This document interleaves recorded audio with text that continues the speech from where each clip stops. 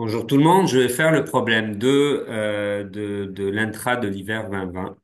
Et donc sans plus tarder, je vais partager mon écran. Ici. Et je vais fermer aussi mon téléphone.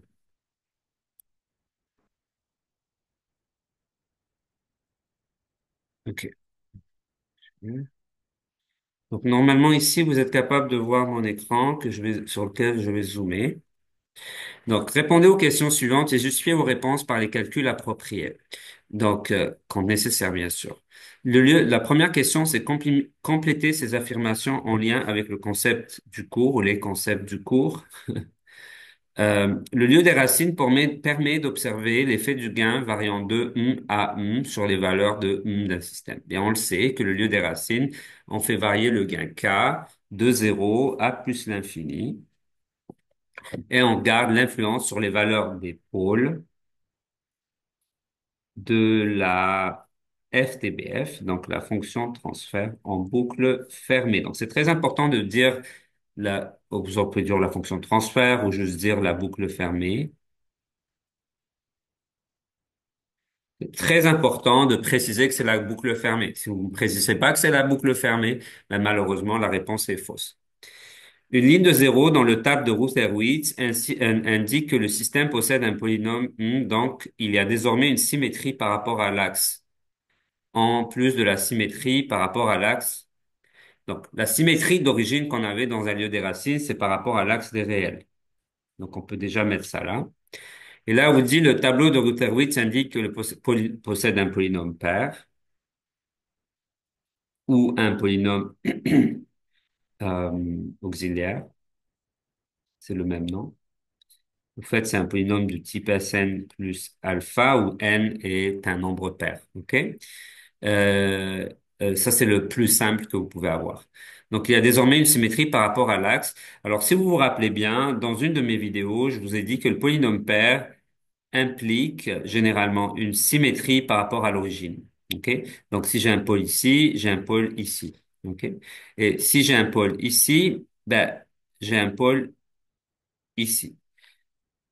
Donc, une symétrie radiale. Par contre, ici, on vous dit par rapport à un axe. Alors, est-ce que c'est faux? Non, c'est pas faux. Vu qu'on est dans le cas du plan S, donc du plan complexe, quand j'ai un pôle ici, bah, j'ai obligatoirement un pôle ici parce que c'est son groupe conjugué, et donc j'ai un pôle ici par rapport à lui parce que c'est son groupe conjugué, et donc la symétrie radiale devient automatiquement une symétrie axiale, donc par rapport à l'axe imaginaire.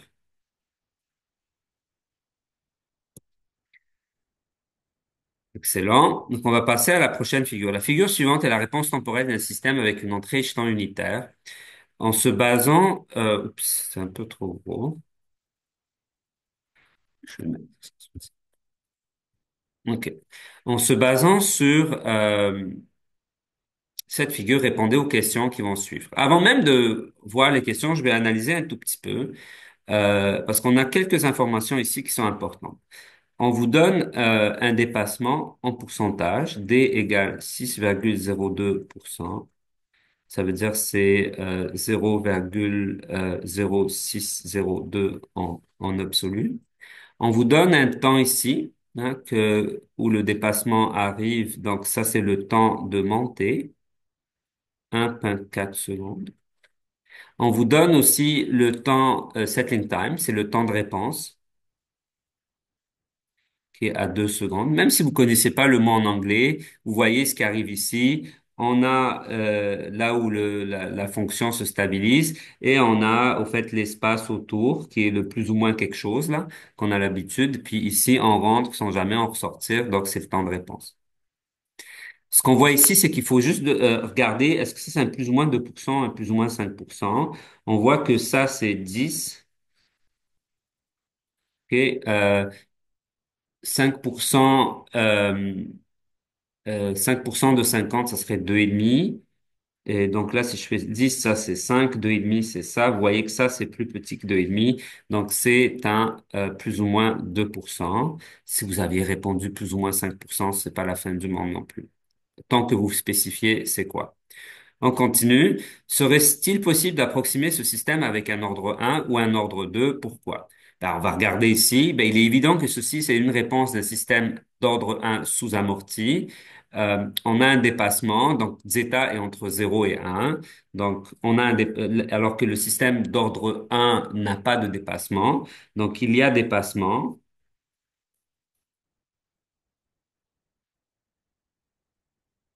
Donc, il y a ou si vous écrit, il y a des oscillations. Donc, zeta, oups, je sais pas c'est quoi cette lettre-là.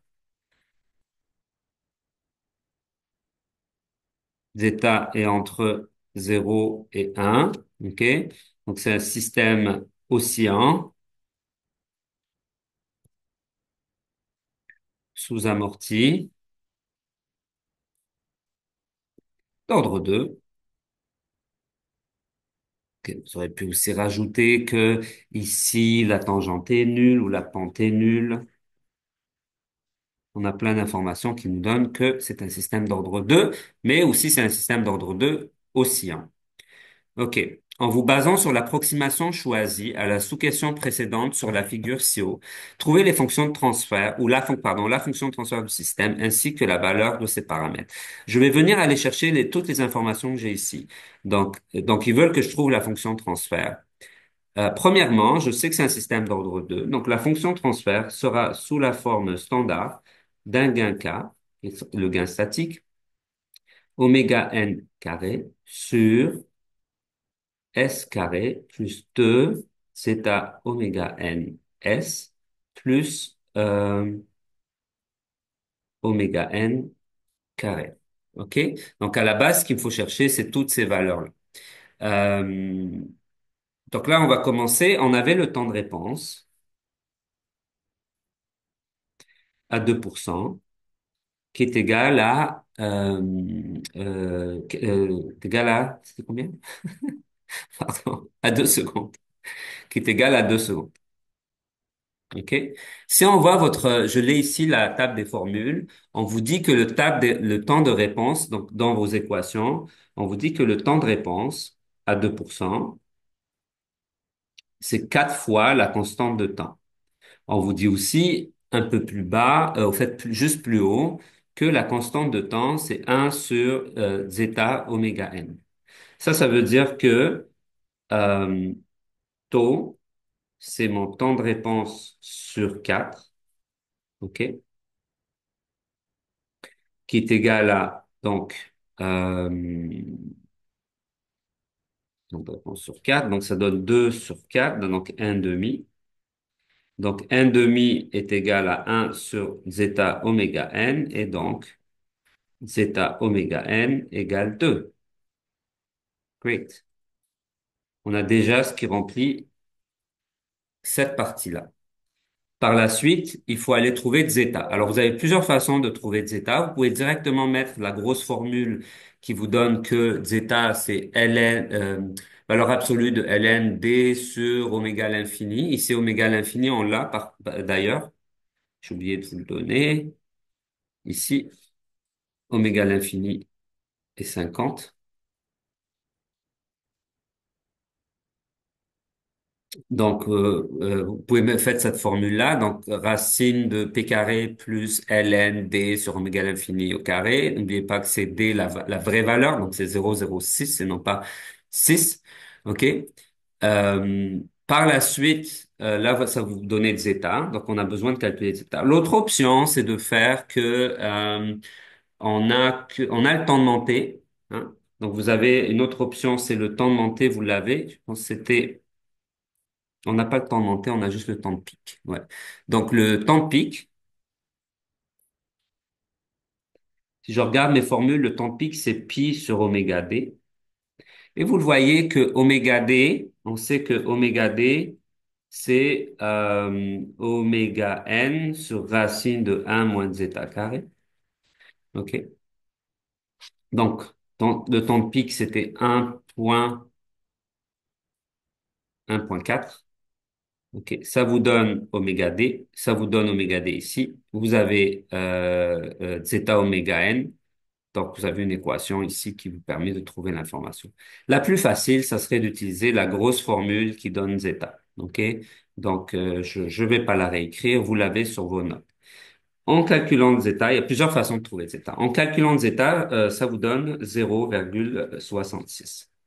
OK? Donc là, j'ai zeta. Si j'ai zeta, je peux trouver oméga n. Donc, oméga n va être 3 parce que zeta oméga n égale 2. OK? Donc, donc oméga n va être égal à 3. Et là, après ça, je vais écrire la formule. Ah ben, il nous reste à trouver K. K, c'est le gain statique. J'ai déjà la fonction de transfert à la fin, qui est 50. Donc, K égale 50, parce que c'est f de 0. Hein. Donc, c'est f de 0 ou f de t quand t tend vers l'infini, plus l'infini. Et donc, je vais écrire ma fonction de transfert. F de s, c'est 50 fois oméga n carré. Oups, je l'ai déjà oméga n, pardon. 50 fois 9 divisé par S carré plus 2 zeta oméga n. Zeta oméga n, c'est 2, donc c'est 4. S plus 9. Et voilà, vous pouvez multiplier 5 par 9 si vous voulez. On a fini cette question-là. La dernière question, question 2.3, ça veut dire associer les fonctions de transfert en boucle fermée suivantes au lieu des racines appropriées et justifier tous vos choix. Excellent. Je vais aller regarder les lieux des racines. Ben, vous avez deviné un peu qu'est-ce qu'on va faire ici. Au fait, je vais commencer ici. On va utiliser le principe que le LDR, le LDR de la fonction transfert en boucle fermée commence au pôle de la FTBO, n'est-ce pas? Donc, les pôles de la FTBF à k égale 0 sont ceux de la FTBO. OK? Et là, ici, ce qu'on vous donne, on vous donne les fonctions de transfert en boucle fermée, mais on a leur pôle. Hein, donc, ici, c'est c'est les pôles de départ finalement. OK? Donc tout ce qu'on a à voir, c'est aller chercher ces pôles-là, alright? Parce qu'ici, elles sont pas écrites sous la forme, elles sont pas mises en boucle pour avec un gain, OK? Qui va nous permettre d'écrire 1 plus k, la fonction de transfert égale 0. Donc tout ce que j'ai à faire, c'est d'aller chercher finalement les pôles que nous avons ici et aller voir est-ce qu'on peut les retrouver sur les figures. Donc ici, on a des pôles à P12 qui sont à 1, moins 1,83 plus ou moins 17 I. Et un autre pôle à P3 à moins 5,66. Celui-là, il a P12. C'est écrit déjà sous sa forme euh, en fraction partielle. Donc, c'est ceux-là les pôles. Donc, on a P12, c'est moins 8,17 plus ou moins 24,4 I. Et le dernier P3 est à moins 7,56. Et celui-là, il va avoir trois pôles, mais je ne sais pas lesquels c'est pour l'instant. Je vais pas les calculer parce que si je suis capable de deviner deux, je suis capable de deviner le dernier. Donc ici, on a un pôle qui est à, ça c'est un zéro. Donc on a un zéro à moins 21 points. Non, ça dit pôle. Ah, ok, c'est ce pôle-là qui nous est donné. Il est à moins 21,7. Ça, on va voir ce qu'on a un ici qui est à moins 21,7. Euh, donc, il n'y en a pas. Ok, c'est la valeur du zéro, mais qui appelle ça pôle pareil. Euh, on va l'effacer. Ah, alors ici, on a les pôles. Donc, vous avez des pôles complexes, moins 39,6, moins 42,5. C'est aucun de ceux que j'ai en haut. Ben ici, regardez, je reconnais quelques chiffres. Donc, 1,83,17 I. et un pôle à -56. Donc, on voit ici, c'est bien sûr cette réponse-là. Donc, A correspond à 2. Je vais aller voir ici, -7,56, -18. Donc, c'est euh, -7,56. C'est celui-là, -8, pardon. Donc, B correspond à celle-là. Et donc, A, B, C correspond à celle-là. Et donc, théoriquement, si vous remplacez, juste pour être sûr, si vous remplacez ces valeurs-là dans ce polynôme caractéristique-là, vous devriez avoir 0. Pour juste vous assurer qu'il n'y a pas de piège. Mais ici, je pense qu'il n'y a pas de piège. OK? Donc, je vais pas écrire la justification parce que je viens de la dire, mais ça vous permet un peu de voir comment résoudre cet exercice qui est relativement simple. Là, c'est fini pour le problème 2. Donc, je vais stopper. Donc, à la base, comme je vous ai dit, essayez vraiment de faire ces exercices-là à chaque fois sans regarder le solutionnaire.